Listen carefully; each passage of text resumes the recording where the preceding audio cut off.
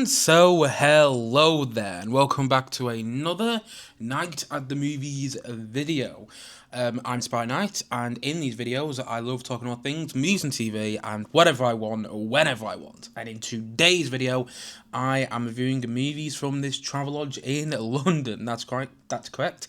I am at the BFI Film Festival in London, the 69th BFI Film Festival in London. Will be the 70th next year, and I am having a great time. I've seen 3 films so far. I'm going to see 3 films tomorrow, and then I'm going to see another 3 or 4 films later this week. Yeah, I've seen quite a few famous actors. I was just from a distance watching the Frankenstein premiere, so I saw Oscar Isaac, Jacob Elordi, Christoph Waltz, Charles Dance, loads of actors that you'll know, maybe not know the name of, but you would have seen in other movies or TV shows. So yeah, I'm having a great time in London, and I'm not just to the BFI Film Festival. I've also been going around London and doing a bunch of things like buying some toys here and there, as I often, well, as you know, I do. So anyway, yes, I am at the BFI Film Festival right now.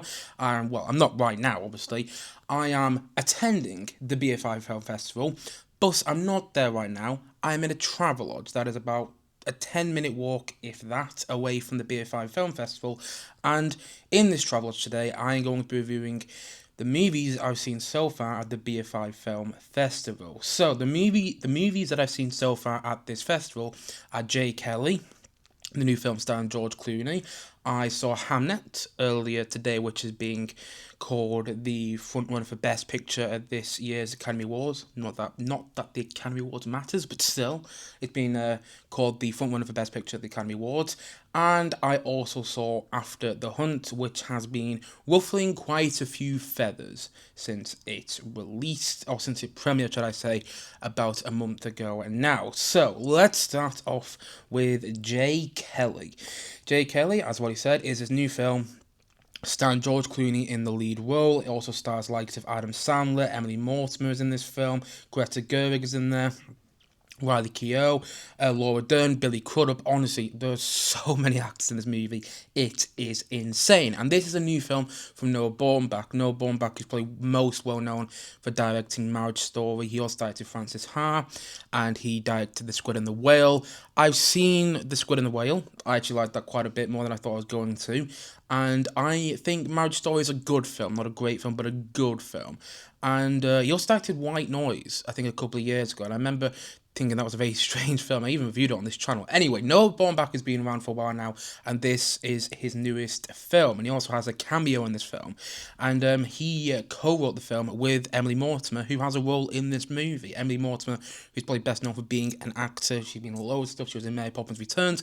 She has a role in this film as George Clooney's character, as J. Kelly, because George Clooney plays J. Kelly, you know, the name of the movie. Also, he plays the name of the movie in this film, if you will. Yes, he plays this fictional actor called J. Kelly, who the film is based around. Hence the name of the film. And yes, Emily Mortimer plays his stylist in the film. I think it's his stylist, if I'm not mistaken. Anyway, yes, she also has a role in the film, and she co-wrote it alongside Noah Baumbach, which I didn't know until the film ended, until the credits were rolling at the end of the film when I saw it yesterday. And I was slightly expecting George Clooney's name to come up with the co-written credits on the credits when I watched the film yesterday, because the film does feel, well, it does feel autobiographical. It feels like it was literally made with George Clooney in mind. And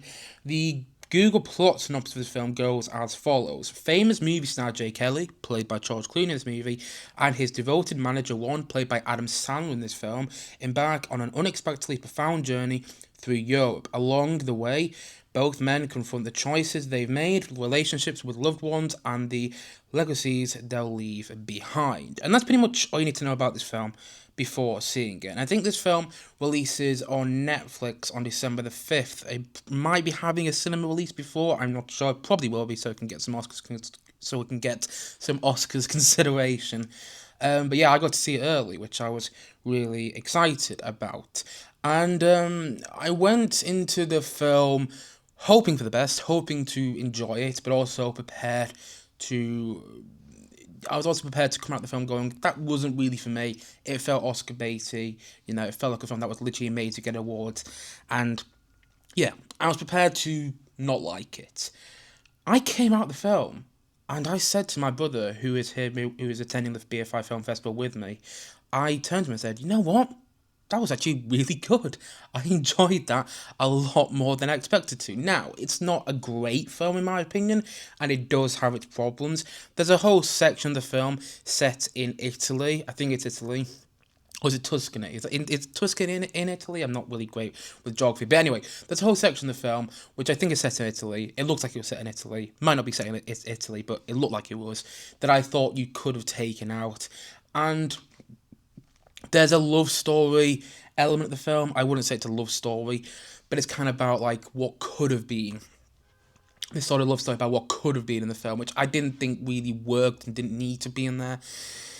And there's quite a few moments in the film where it feels like the film keeps making the same point. And I kind of got that because the film is about fame and it's about, the what could have beens in life and what you should have, where you should have been at this certain point in life. And, what am I trying to say here?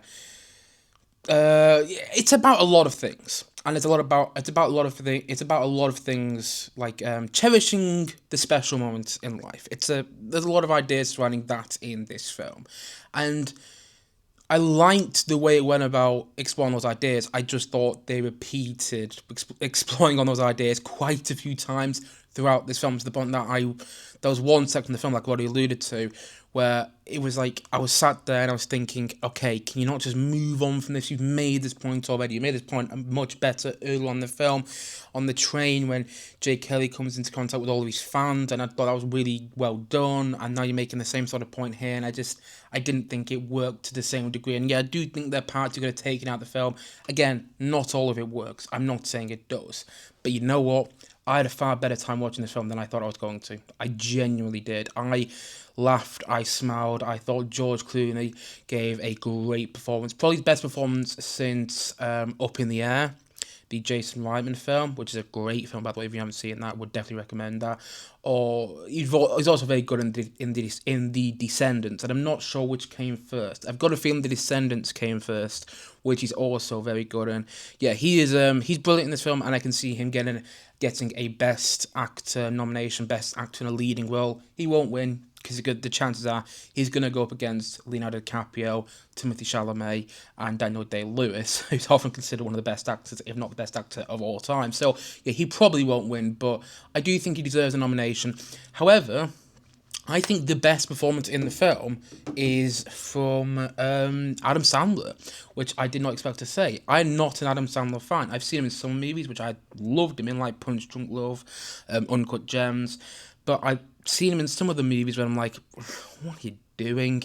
And it's just, yeah, he's an actor which I've never really loved. I've never really got the Adam Sandler hype until this film. He doesn't do anything showy. He doesn't do anything particularly mesmerizing, but at the same time, he kind of does also. That's why he works.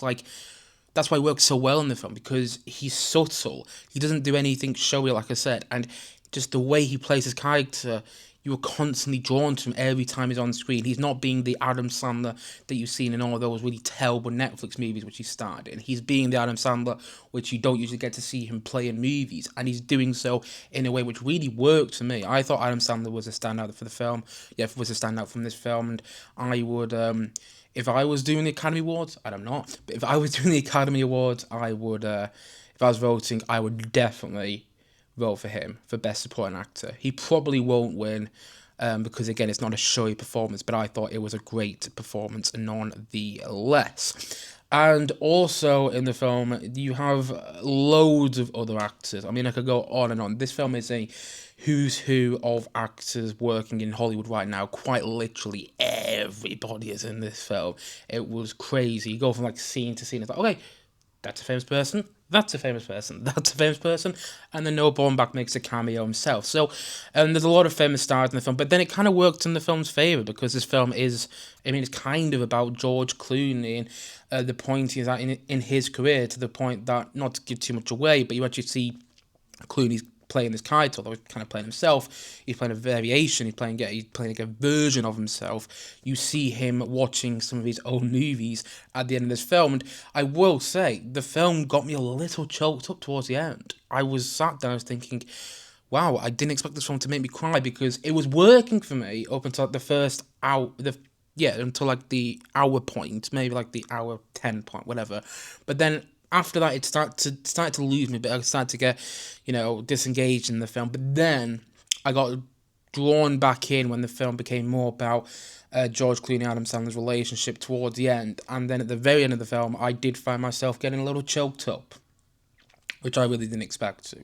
Yeah, I enjoyed Jay Kelly more than I thought I was going to, a lot more than I thought I was going to, and I don't think it'll end up winning loads of Oscars. I know there's been some pushback against it, but honestly, this was a much better film than I thought it was going to be, and it was really funny as well, and it made me laugh a lot more than I thought it was going to, and it's very well shot, it's emotional, and it's engaging. It tackles many themes that people, thinking about in their lives all the time, particularly if you reach a certain point in your life. This film is tackling many themes about, did you make the wrong decision in the past? What would you have done differently? And I think it tackles those themes particularly well. I probably will talk about it more when it releases in December on Netflix, because I do want to see it again and see if it works for me any less or any better on a second time. But for now, yeah, I would say this is a really solid film,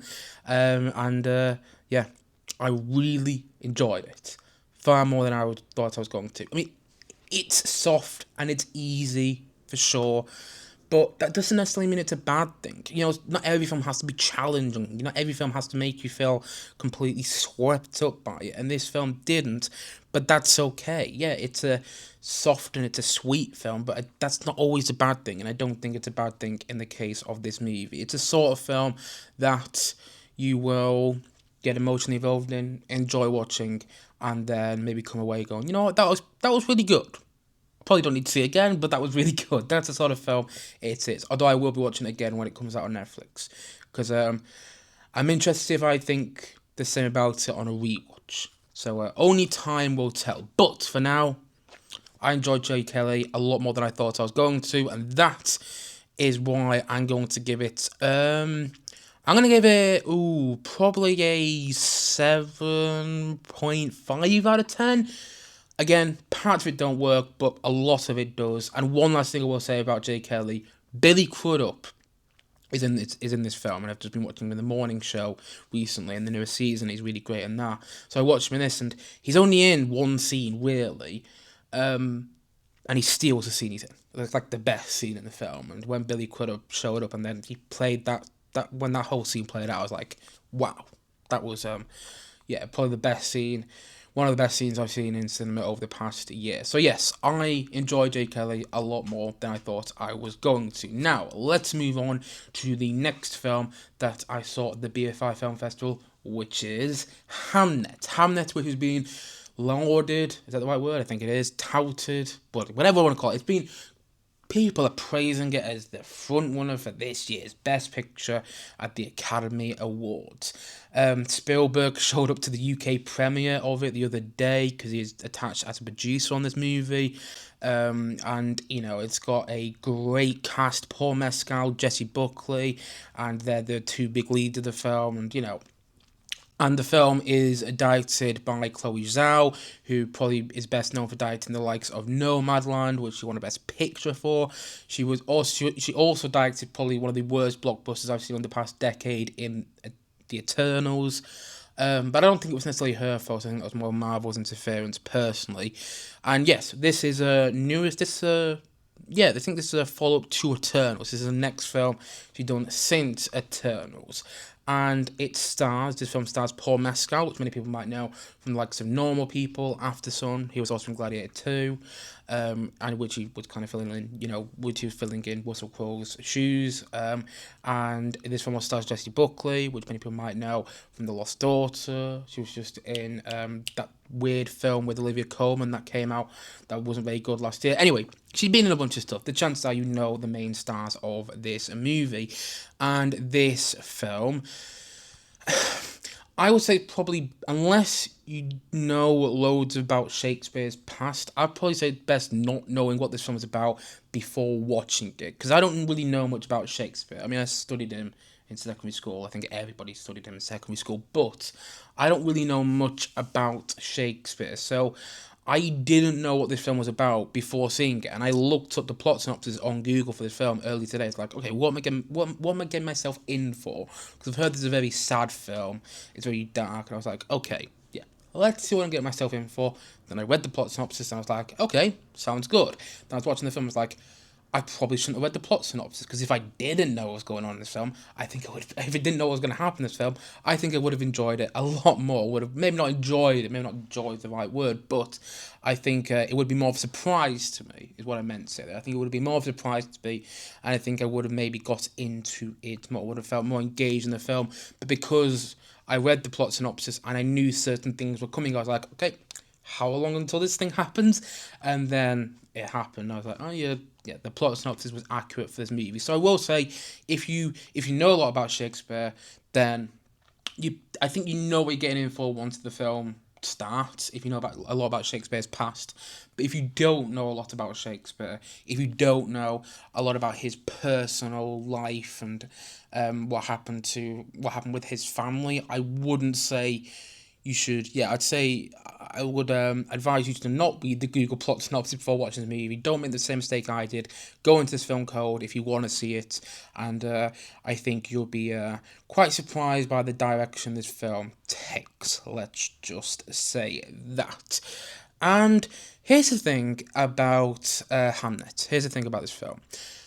There was so much about it that I admire. Truly, I am by no means saying this is a bad movie. I completely understand why it's getting all this praise, why people are considering it for, why loads of critics are saying it's going to be the film that wins Best Picture at this year's Academy Awards. The chances that it probably will, I think it's going to be between this and One Battle After Another, which just came out recently.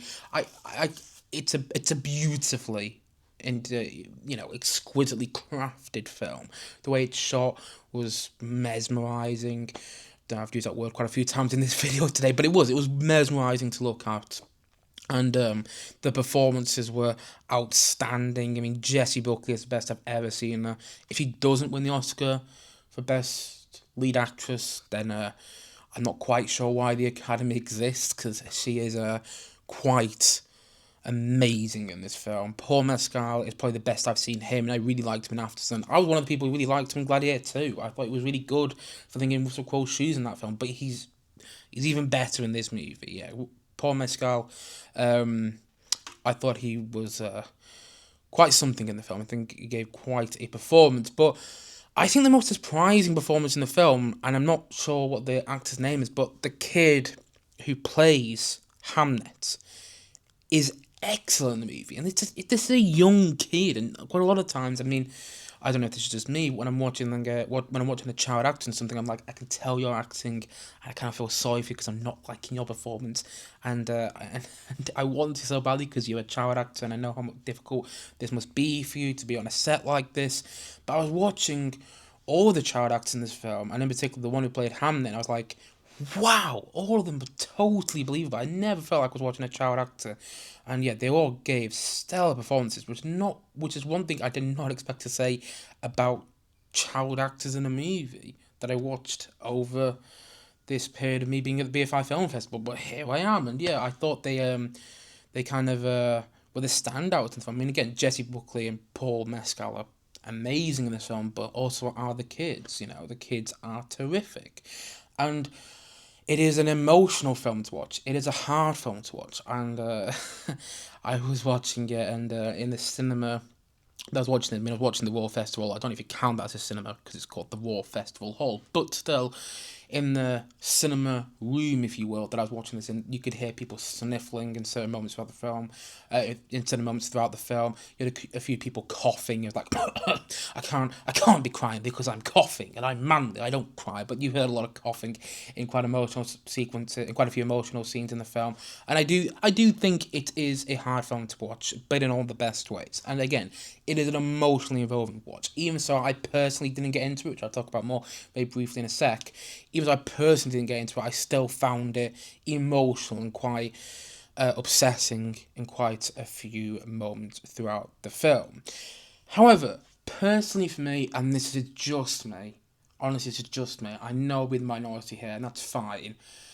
This film isn't really for me. And I mean that in the most literal sense, that I don't mean that as in, okay, this film wasn't for me because of this. No. This film I admire so much. I'm not saying it's a bad film at all. It's just not my sort of film, and I didn't really connect to it. That's all.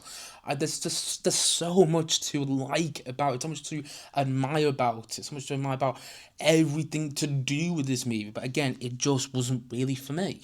And that's fine. Not every film I watch is going to be for me.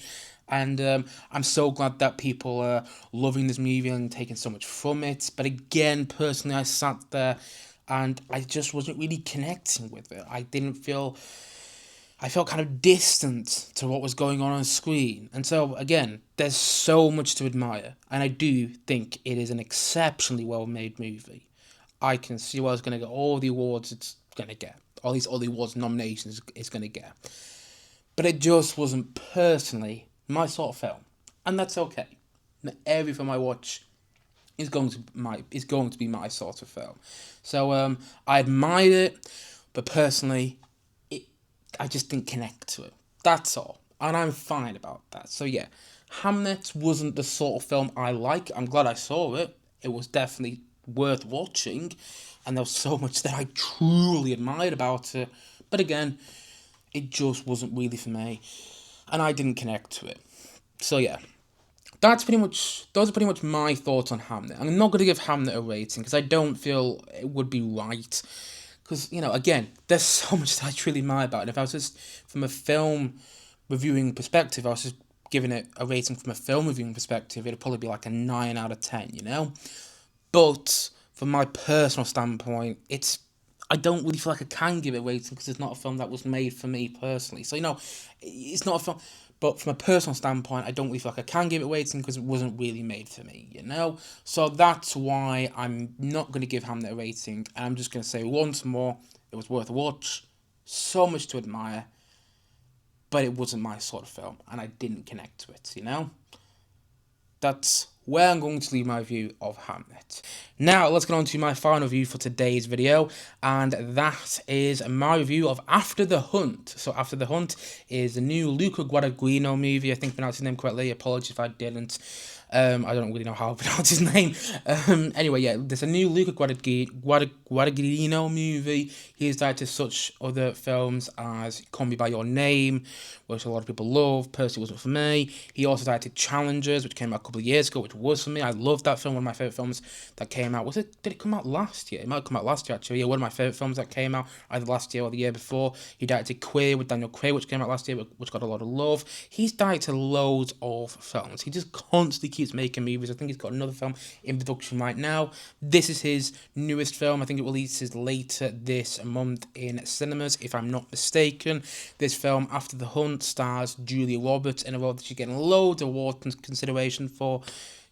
She's being talked about as the front runner to win Best Actress, Best Lead Actress at this year's Academy Awards. AOD, which many people might know from The Bear, she's also in this film, as is Andrew Garfield, which of course many people will know as the Amazing Spider-Man. He's also in The Social Network and Hacksaw Ridge, which is probably the first film I saw him in. Anyway, yes, this film has a great cast full of loads of famous actors, some of which I haven't even mentioned there. Michael Stuhlbarg is in this movie, who I always remember from watching in A Serious Man. There were loads of great actors in this film. And I was really looking forward to this film because I like the trailers. The trailers are like they're going to be... made this film like it was going to be like a gripping sort of thriller that I was going to get myself into, and the acting all looked great. I thought it was going to be the sort of film which kept me on the edge of my seat throughout. And honestly, I watched the film I finished watching it about an hour or two ago now, and I barely remember anything about it. This film wasn't for me, and when I say that, I mean it really wasn't for me. I did not like it. It isn't like Hamnet where it wasn't for me, but I did still admire it a lot. No, this film wasn't for me. and I didn't like it. There was nothing about this from which I really admired. I thought it was a very messy film. I don't think it knew what story it wanted to tell. I didn't think any of the performances were particularly amazing. I mean, Julia Roberts, I like as an actor quite a lot. I've heard some things about her on set, though, which haven't sat right with me. I don't think she's probably the easiest to work with. Still, she's a terrific actor. You cannot argue that. I mean, look at Erin Brockovich.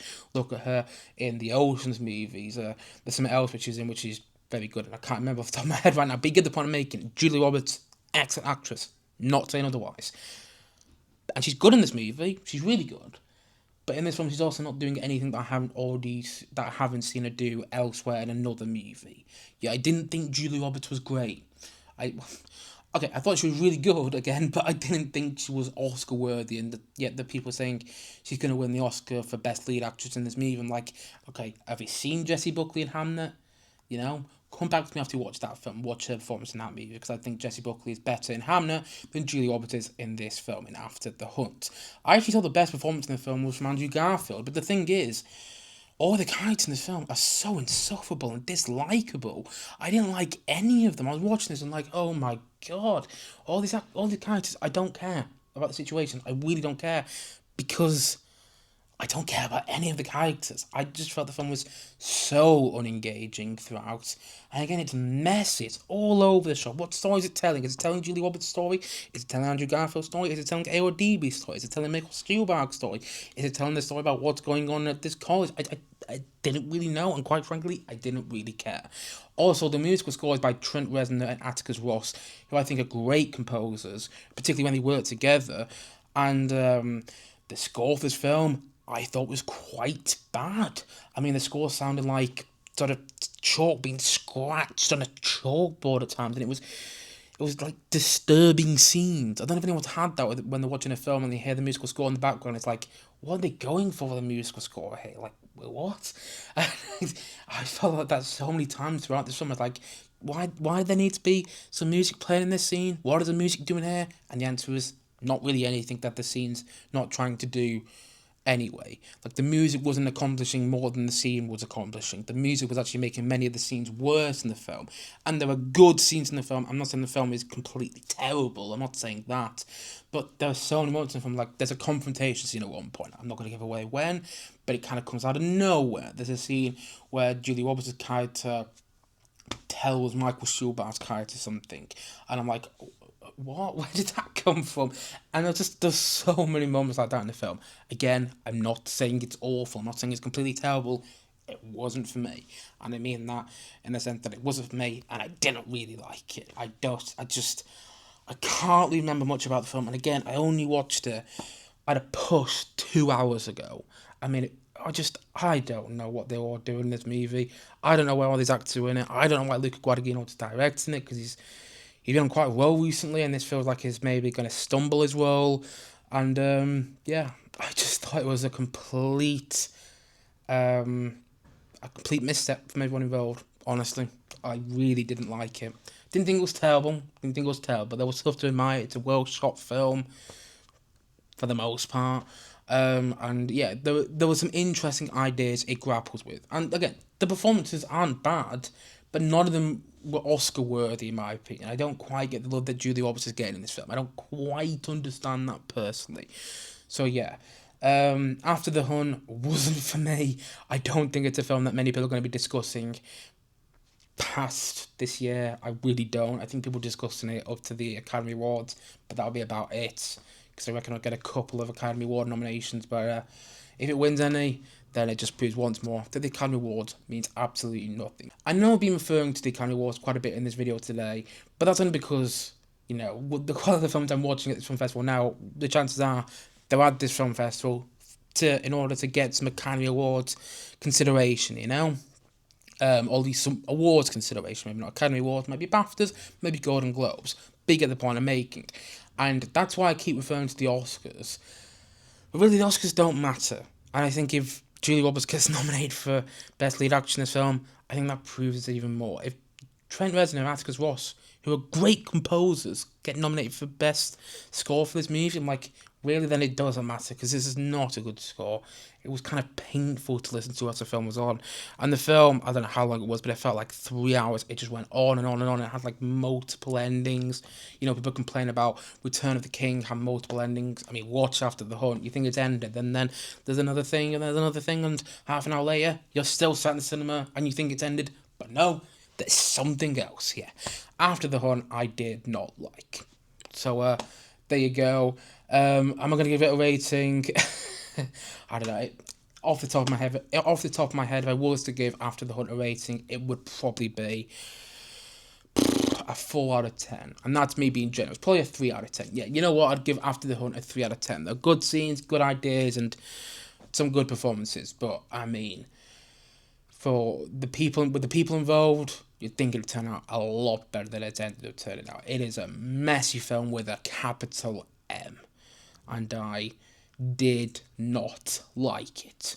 But hey, that's just me. And that's it for today's video. If you have seen any of the films that I reviewed in today's video, so yeah, let me know your thoughts on J. Kelly if you've seen it. Let me know your thoughts on Hamnet if you've seen it. Let me know your thoughts on After the Hunt if you've seen that film as well. Whatever movie that you've seen that I reviewed in today's podcast, please let me know in the comment section below. And as always, thank you for watching. Oh, I was about to say listening, but no, I'm not doing podcasts anymore. Thank you for watching this video. And if you haven't yet, please click down below and like and subscribe on this video. I'm looking forward to many more videos coming very, very soon on this channel. My next video will probably be here again, doing my reviews of what I'm watching tomorrow. Frankenstein, which I'm looking forward to. I'm watching Is This Thing Still On, the new Bradley Cooper film, and I'm watching Roofman, which I think releases in a couple of weeks, if that. So yeah, I'm watching those two films tomorrow, which I'll be doing on my next video on this channel. But until then, guys, as already said, thank you as always for watching. Yes, and I will. Thanks for watching, and I will see you guys again soon. But bye for now. Bye.